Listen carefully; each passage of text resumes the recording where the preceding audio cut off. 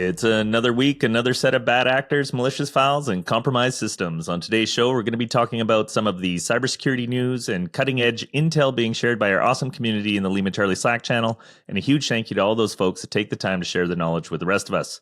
If you enjoy listening in on these intel chats and aren't in our community Slack channel yet, then you should join the conversation. Much more information than we can get through on the show is being shared there, and you will get it in real time.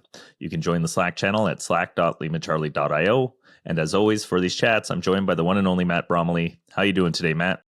Hey, Chris, I'm doing well. I'm surviving. It's definitely, I know it's always the weather with me. I am currently, those of you who are on the Matt OSINT trail, as I've revealed some details before, I'm currently in North Texas, where we just went through another massive May storm this morning, but I can see the sun starting to come out. So I think we're okay. But nonetheless, I'm doing great. I'm happy to be here with you. That's for sure. All right. Yeah, it looks pretty horrific up there. I hope everybody's staying safe and dry. Absolutely. Yeah. For everyone who listens to this and is in the North Texas area, late May, I hope you did okay. If not, let me know. And I don't know, we'll find a way to do something about it. I wanted to quickly mention something that I found interesting. So obviously I track the analytics for the podcast to see how we're doing, which episodes are performing.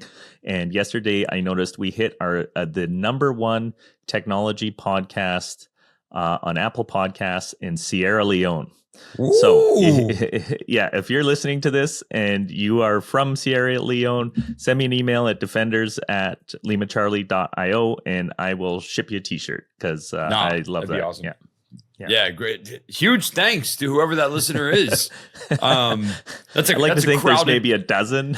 That's got to be a crowded market. I mean, if they have access to this, they have access to everything.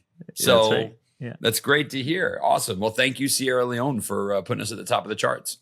All right. And before we get into it, I also want to make a plug for Mission Control, the Security Automation and Engineering Conference taking place in Arlington, Virginia this coming October.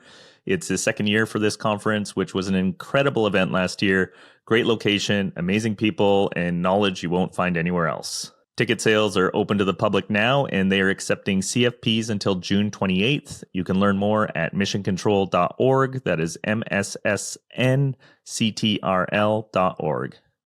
Yeah, and Chris, I just want to add in too, for everyone who joined last year, it was not huge in the sense of like massive size, but just in quality of presentations given and the conversations that happened and took place, the types of networking and everything like that. It was a really, really big event. And it was our first, and we're happy to be back for the second one as well. And looking forward to seeing folks out there. So please, by all means, do come join us if you can. And as Chris mentioned, CFPs are open. Always looking for some of those great talks, some of those great sessions. If anyone has any questions about whether what you have would be a good talk, reach out to Chris or myself. We'd be happy to help kind of advise you on that too. Great. Yeah. And if for anybody who's adventurous, I do have an Easter egg on the missioncontrol.org website. If you look near the bottom, there might be a tiny play button. Press it and tell me what you think. All right. Little Easter eggs. Yeah.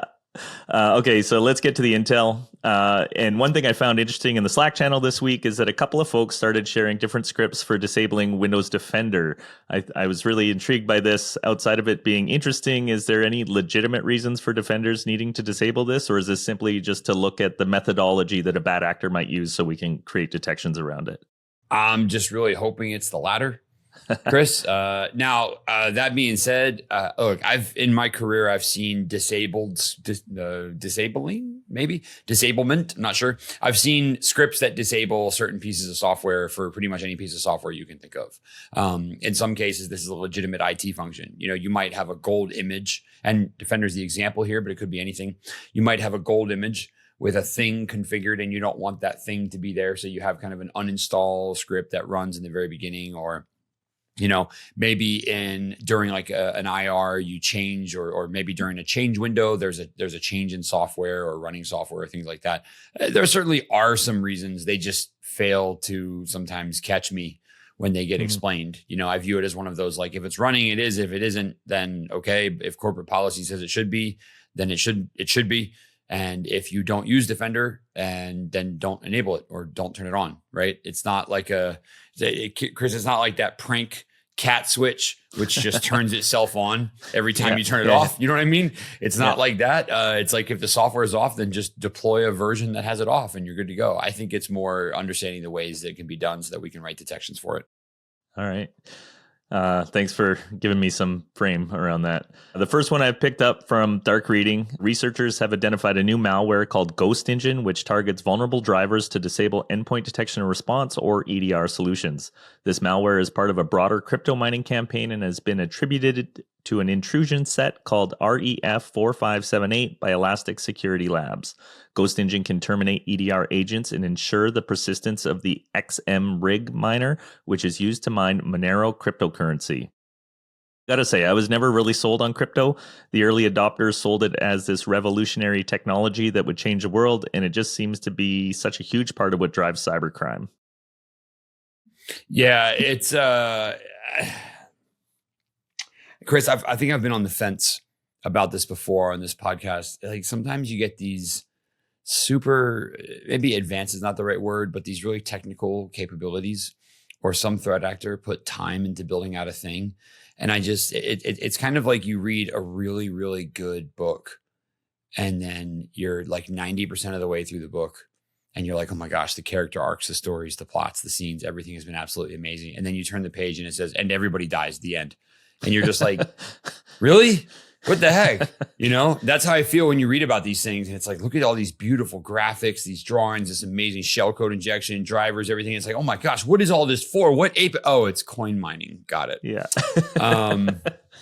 Yeah, no, it's one of those things where I don't know. It's just one of those things where it's like, I mean, I'm glad that this threat actor was able to build out this entire chain of persistence and everything like that. But I mean, for XM, okay, I'm sure. And I looked up the Monero currency, and the big selling point is that apparently it's completely untraceable, which has got to be a legitimate use case, right? Yeah, no, absolutely. If I was going to sponsor a cryptocurrency to use, it would be Monero. I think Monero, like XMRig and Monero miners and stuff have just been a staple. We've talked before about kind of vulnerabilities in web apps, and anytime something gets compromised and there's a XMRig or a coin miner installed on it, it's usually Monero for this reason as well. But I agree with your point, which is like, I wonder what this thing was intended for. You know, don't get me wrong. There probably was a legitimate use in the beginning, maybe a way to like anonymously pay someone for a product you didn't want to be traced and stuff like that. You know, if anybody remembers the old 2600 journals, yes. And I'm reaching way back in time here, but they used to say like, pay for it in cash or else they'll track you, you know? And I could see if you're like of that mentality, you might be like, oh, Monero is the way forward. Yeah, it quickly slips over to the dark side, if you will, because it's like completely untraceable. And it's like, okay, I wonder who's using this now. Monero, the preferred cryptocurrency for cyber criminals and people with tinfoil helmets. I like it. All right. Okay. So you the said malware that in such a selling commercial way. Monero, the currency chosen by tinfoil hats and cyber criminals. TM. The malware uses a file named tiworker.exe, which impersonates the legitimate Windows TI worker.exe to initiate the attack. This file downloads a PowerShell script from the attacker's command and control server, which orchestrates the malware's execution flow. GhostEngine then downloads various modules to disable security tools, establish persistence, and install a backdoor.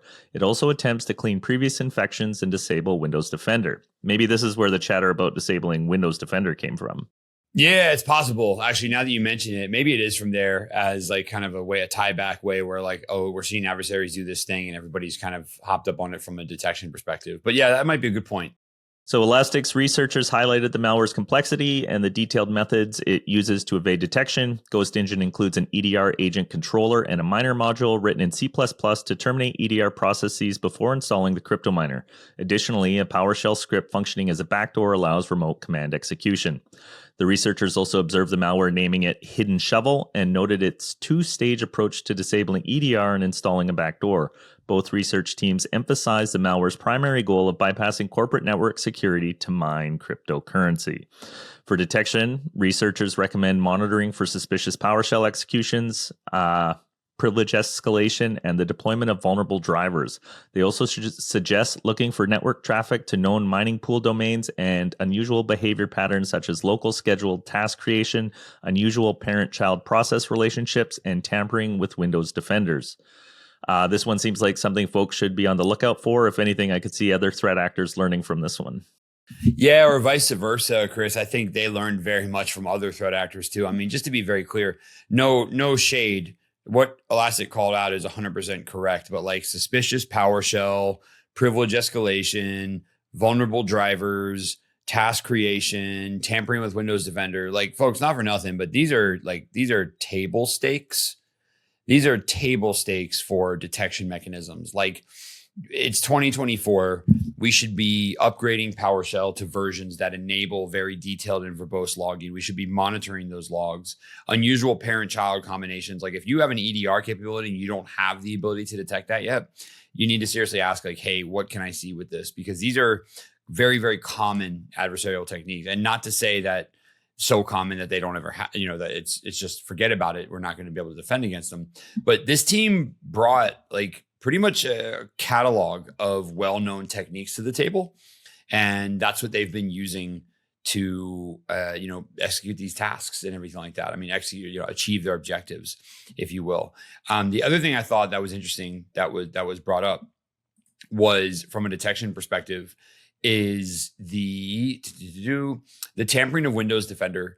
That's one that I'll always pick up on as, folks, these need to be in place. And it's not just Windows Defender. Whatever EDR capability you have installed or deployed throughout your environment, wrap some sort of detection around if that process is ever called by a user. Like, that in itself is going to be something where you're like, wait a second, what's going on here? It's either someone who knows exactly what they're doing, meaning they're legitimate and they're trying to run a debug function or something like that. Sorry, let me rephrase. They're trying to run it in debug mode for log purposes, or it's an adversary. But I wouldn't expect to see anybody running or issuing commands against an EDR sensor from a user land perspective. I would argue even from a system level perspective. But then furthermore, depending on what it is you've got installed, also wrap detections around the way that those things are monitored or the way that they're enabled. Defender is another good example. I can enable Defender by going into the Windows control panel and clicking certain buttons, wrap a monitor around that registry key just to see like, oh, someone's been toggling Defender on and off. Wrap that monitoring around process execution, and not in a bad way, but that process should be running. So in any event, I'll use that. I'm not going to say table stakes, but I do view some of the things here as like bare minimums of detections that I hope everyone who's listening has deployed, or at least is working towards getting deployed. Awesome. All right. So following up on a story we covered a few weeks ago, MITRE has released some more details on how Chinese state-sponsored hackers recently exploited VMware systems within MITRE's NERV environment for persistence and evasion. The attackers initially gained access by exploiting zero-day vulnerabilities in Avanti products, specifically CVE-2023-46805 and CVE-2024-21887. This allowed them to deploy backdoors and web shells, including Brickstorm and bflush, to maintain a foothold. They used compromised administrator credentials to control the VMware environment, creating rogue virtual machines and employing a Python-based tunneling tool to facilitate SSH connections between adversary-created VMs and the ESXi hypervisor infrastructure. The attack methodology involved several steps: initial access, which exploited zero-day vulnerabilities in Avanti VPN devices. Persistence was gained through the deployment of backdoors and web shells. They tried lateral movement, but attempted and failed within the NERV environment. And for control and evasion, they used compromised administrator credentials. They deployed the bflush shell under vCenter server's Tomcat server, facilitating undetected control over the systems. Data exfiltration was achieved using the Bushwalk web shell and evasion of centralized management interfaces like vCenter. MITRE has shared detection scripts such as invoke-hidden VM query and virtual ghost to help organizations identify and mitigate such threats in their VMware environments. Recommendations include monitoring for unusual VM activities and compromised admin credentials, as well as hardening networks to prevent similar attacks. Matt, I think you said it last time, but I'm going to echo it here. The folks at MITRE are setting the bar for how orgs should respond to incidents in their transparency and level of detail they share. 100%, Chris. 100%. MITRE is Like I loved reading through this article. I didn't like reading through it because I like breaches, but I loved reading through it because it does set the bar high. It sets the bar high in just what we report on, how things happen, the steps the adversaries took, ways to detect against it. I mean, I think this is how how breach disclosure should be done, personally. And I do also really appreciate like the fact that they were just kind of so upfront about where the vulnerability existed and the way that the adversary kind of linked from one to the other. And let's be clear here, right? Adversaries hopped from Ivanti, and I'm just reading, kind of paraphrasing here. Ivanti compromised credentials to control VMware environment. From there, deploying rogue virtual machines, and then using that to tunnel back into the environment. I mean, but this wasn't, a simple like, let me send a fish and hope we get in. This one involved combining a few different types of technologies together. And I just appreciate them being upfront about that. Nothing wrong with the infrastructure they had in place. It was unpatched in a couple of places. But that being said, it was a really great way to share just kind of, hey, here's what's happening. Here's what we've seen. And here's how everyone can get better. I'm a huge fan of this. And I love the fact that they've dropped out recommendations, potential detections, and things like that too. That's the information that we all need. And I think last time we talked about this, it was very clear that the threat actors, even though they compromised part of their infrastructure, it was isolated on a network level, and they didn't really get much. So kind of discerning that, or a little bit worrying that they compromised MITRE, but they didn't get very far. Yeah, exactly. And it can happen to everyone, right? The same code that secures the most insecure organization in the world might be the same code that secures the most secure organization in the world, right? It just depends on mitigating things that are in place and ways that the security team is able to detect, is able to respond. And I don't have any insight into what exactly happened in the kind of the guts of this breach here, but I will just simply go another route and say that when you just have kind of an amalgamation of different types of software doing a bunch of different things, you're going to end up with inherent vulnerabilities. And MITRE was no different. They ended up with an amalgamation of software, and adversaries found a way in. It may seem a little bit like, oh, they got into MITRE. Heck yeah, here we go, right? But remember, everyone, like MITRE's, is providing a lot of very good guidance on ways to catalog and describe threat actor activity. I don't think they're branding themselves as the most secure organization in the world. And I think this situation obviously proves that, number one. But number two, it also like lets everybody know like, hey, everyone's human, right? Mm-hmm. Everyone's human. And the attack that came in, like we're going to take steps to patch it, fix it up. But it was an oversight. Everyone's human, but we were able to control or I should say detect and then control how far the adversary went without any issues. Yeah, and the adversary being a Chinese APT, which is, a lot different than most organizations are going to encounter. That into itself is its own accolade and its own round of applause, which is, yeah, we were being targeted by the Chinese APT, but we were able to stop them in their tracks. And I was like, good job, guys. So I got really excited about this next one for a minute, and then I kind of got depressed. So let me take you through it. The FBI has once again seized control of BreachForums, a notorious site known for trading stolen data, marking the second such action within a year. This latest operation, conducted in collaboration with international authorities, also resulted in the seizure of the forum's associated Telegram channel. The channel was managed by someone going by the handle of Baphomet, who assumed control following the arrest of the previous administrator, Pom Purin, in March 2023. BreachForums had become a hub for cyber criminals to share and sell compromised data. Despite law enforcement's ongoing efforts, the platform continued to operate under new management, illustrating the resilience of cybercrime networks. The FBI is now urging users to report any criminal activity linked to the forum, highlighting the critical role of community cooperation in combating cyber threats. Matt, do you think this merry-go-round of takedowns is having an effect on the long-term viability of this group, or are these very expensive operations just tiny little speed bumps for the threat actors and maybe not the best way to try and disrupt these operations? Nah, I think these are good. I think these are good things to have. I think they do impact long-term viability, only because it shakes their confidence a little bit, Chris.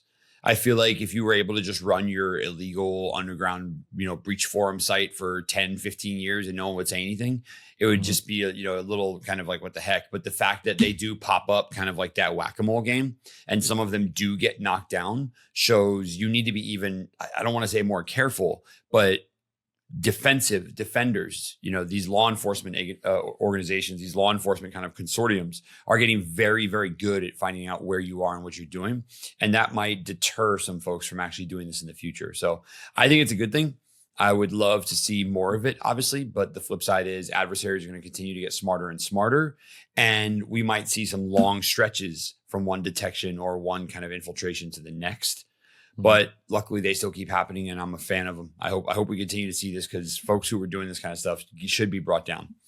Yeah, and if anything, it's going to keep these guys looking over their shoulders and hopefully not getting good sleeps. Exactly. That's the other thing I want too, is I want them, that whole idea of kind of imposing costs on the threat actor, make it more expensive for them to have to run these sites. Then you'll see that they won't happen. You'll see they stop popping up so much. Mm-hmm. So this latest action underscores a persistent challenge faced by law enforcement in their battle against online criminal activities. The coordinated international effort reflects a broader strategy to disrupt and dismantle these illicit networks, but the recurring nature of these seizures raises questions about the long-term impact and the adaptability of cybercriminals. So yeah, I guess I already got to that point. But yeah, like I said earlier, I find this one a little disheartening. I would love to figure out ways we could take the fight to the bad guys. Like, is there something we can do proactively that just turns them on one another or makes it so these things don't achieve escape velocity? The tough part, Chris, about that is the different vehicles through which they can earn money. I mean, let's be clear, money drives all this, right? Yeah. One way you could go about it would be to find out where they all bank and tighten the noose around that bank. I don't think you'll be successful there, but one of the ways to do it is to tighten the noose at the bank. The other way is their points of kind of collaboration, their points of coordination. A forum dedicated to breach credentials and breach sites and things like that. That is a place where they congregate in order to find out and figure out what's going on. And if you can remove those points of congregation, which is what these operations do, I think it actually kind of spreads them apart further. It gives the adversaries less chance to band together and collude and, launch multiple attacks, or let me hire the person who's next to me to help me launch attacks or anything. It breaks them up in a weird way. And I think if we continue to go this route, disrupting their communication channels, disrupting their marketing and revenue channels, and disrupting their revenue in general is going to be the best way to get to them, because it's going to really throw kind of a wrench in that engine of like, oh, I can just spin up a website, grab a forum template, and boom, now people are going to start selling things and I'm set. I'm good to go. It needs to be like, no, the things that are being sold in here should be sold. Sorry, let me rephrase that. The things that are being sold in here, the things that are being listed, the things that are being offered should not be. And any deterrent like this, let's say 10 of these sites pop up next month. And let's just say this takedown prevents 2 of them from happening because those 2 people get cold feet. Chris, I'm all for a 20% reduction. I'll take any number, but I'll take 20 over 0. Yeah. Game of numbers, game of inches. That's right. Yes, sir. All right, so that brings us to the end of another Intel Chat. Matt, thanks again for coming and talking to me about this stuff. Yeah, it's exciting times. Hopefully, folks will go check out the Mission Control site, and the folks on the Slack channel, thanks for sharing everything. I'm going to be doing a T-shirt campaign now that I got my swag distribution center up and running. So if you're on that channel, keep a lookout for the DM. Love it. Awesome. Thank you, everyone, as well. And as always, thanks for our listeners and as well as the folks in the Slack channel. As Chris mentioned, we can't do this without you and all that wonderful intel that y'all keep reporting. And a huge thanks to those of you in Sierra Leone who have made us number 1 in the tech podcast.